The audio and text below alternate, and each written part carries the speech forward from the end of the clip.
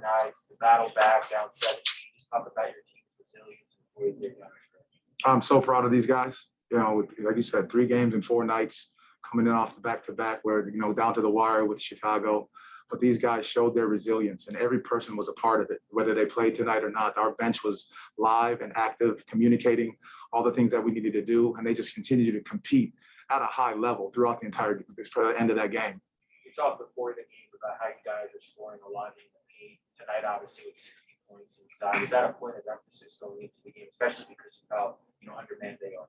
Absolutely. We talk about getting to the rim, being able to finish at the rim. I mean, even some of those layups we missed, our ability to get downhill and attack the paint versus a team that doesn't necessarily have shot blocking in that moment. We talk to our guys about that constantly. And then that putting the pressure on the rim opens up those shots around the perimeter. Gary Harris, I think, is from about 40 minutes away from here.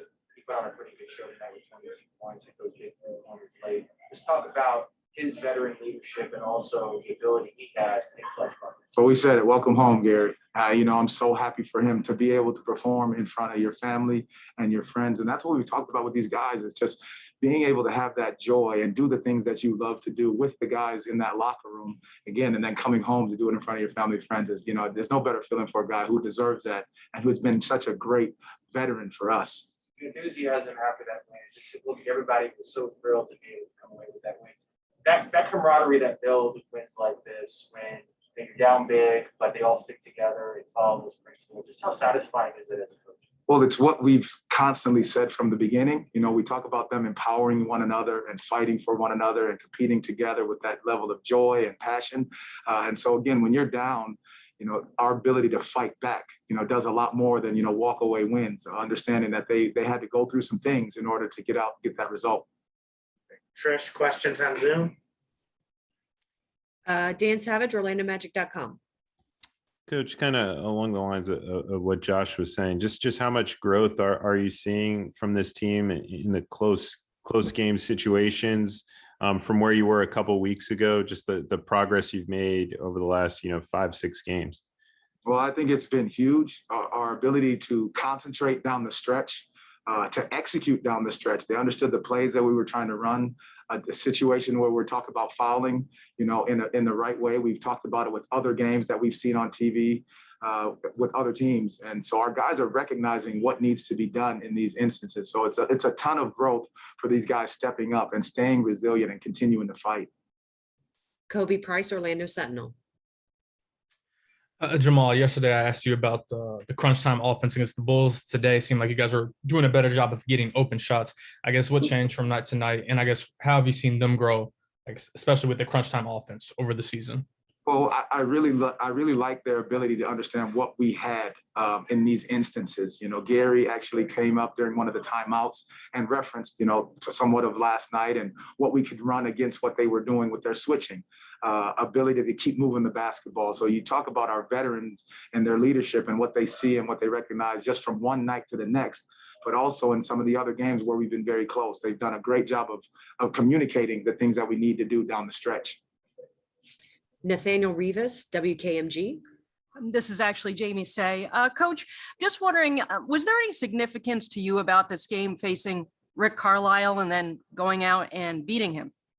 Hi, Jamie. I said this before the game. Obviously, Rick has been such a phenomenal mentor to me and what he's done. But I always say this: it's about the Orlando Magic versus the Indiana Pacers, and our guys came out and just showed a ton of resolve and a ton of fight, to push through till the end of the game.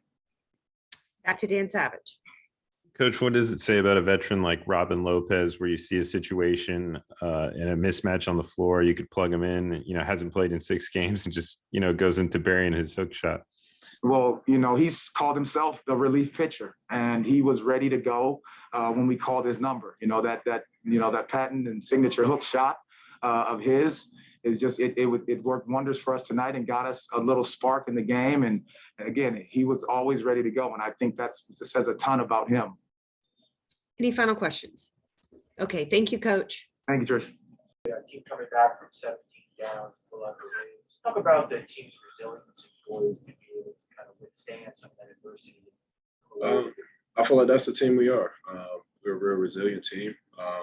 We got a team full of guys who play hard, compete to the very end, and we trust each other. We have fun playing with each other. When we lock in on the defensive end, get stopped, share and move the ball, we feel like we can compete with anybody, and it's been fun, playing with these guys, just learning how to win. Because we've been in a lot of games, a lot of close games. We've been down a lot, but for us to always keep fighting, always giving us a chance ourselves to win in the last, 3 minutes of the game. We look back at the Chicago game, and it was like 115 to 115, and they went on the run and they won the game. So we were able to be on the other side of that run this time. So I feel like we're all growing. Is it any extra special to put on a good show, being that you're from about 40 minutes away or so? Yeah, no, it depends on the traffic. Yeah, no, it's always good to come home, play in front of family and friends, especially to get a win. So, I'm going to enjoy it. I can't wait to go out there and see everybody. I know a big point of emphasis was to score in the paint with them being undersized, but you hit all you hit 6 threes. Just talk about your perimeter shooting and how critical that was to make that comeback. Mose always tells us to step in and shoot our shot with confidence, so we got a lot of, talented guys who could draw, get to the paint, and, the guys did a great job of keying it out, and I was able to, get some feet set threes and was able to knock them down. But when we do a good job of sharing the ball, I feel like any given night, anybody can, hit those shots. Obviously, this was the 3rd game in 4 nights. It seemed like after that victory, there was so much enthusiasm to come away with the win. Talk about how the team is unwilling to let, the tired legs, things like that. Losing sucks and winning is fun. So, I think it's just simple. Like, especially lately, we've strung a few games together, and that it feels good. It feels good to go in the locker room. You gave it your all. Got to win. With your teammates. So just continue to harness that, that energy, and continue to let it carry over to the next day or next game. Okay, Trish, couple questions. Okay, anyone have questions for Gary? Dan Savage, OrlandoMagic.com. Gary, how much growth have you seen from some of your young teammates over the course of the last 6-7 games, especially down the stretch and heading into the second half with energy? I've seen the growth. It's been tremendous. Mose and the whole coaching staff, they do a great job. Teaching these young guys, and the vets, we try to do a good job of helping these guys out as well. But these young guys are willing to learn. They want to learn. They want to be great. They want to win. A lot of these guys, they've been winning their whole life. So this losing is really unfamiliar. So just all of us coming together and just figuring out ways for us to be better, to get wins, and the learning process has been fun. Kobe Price, Orlando Sentinel.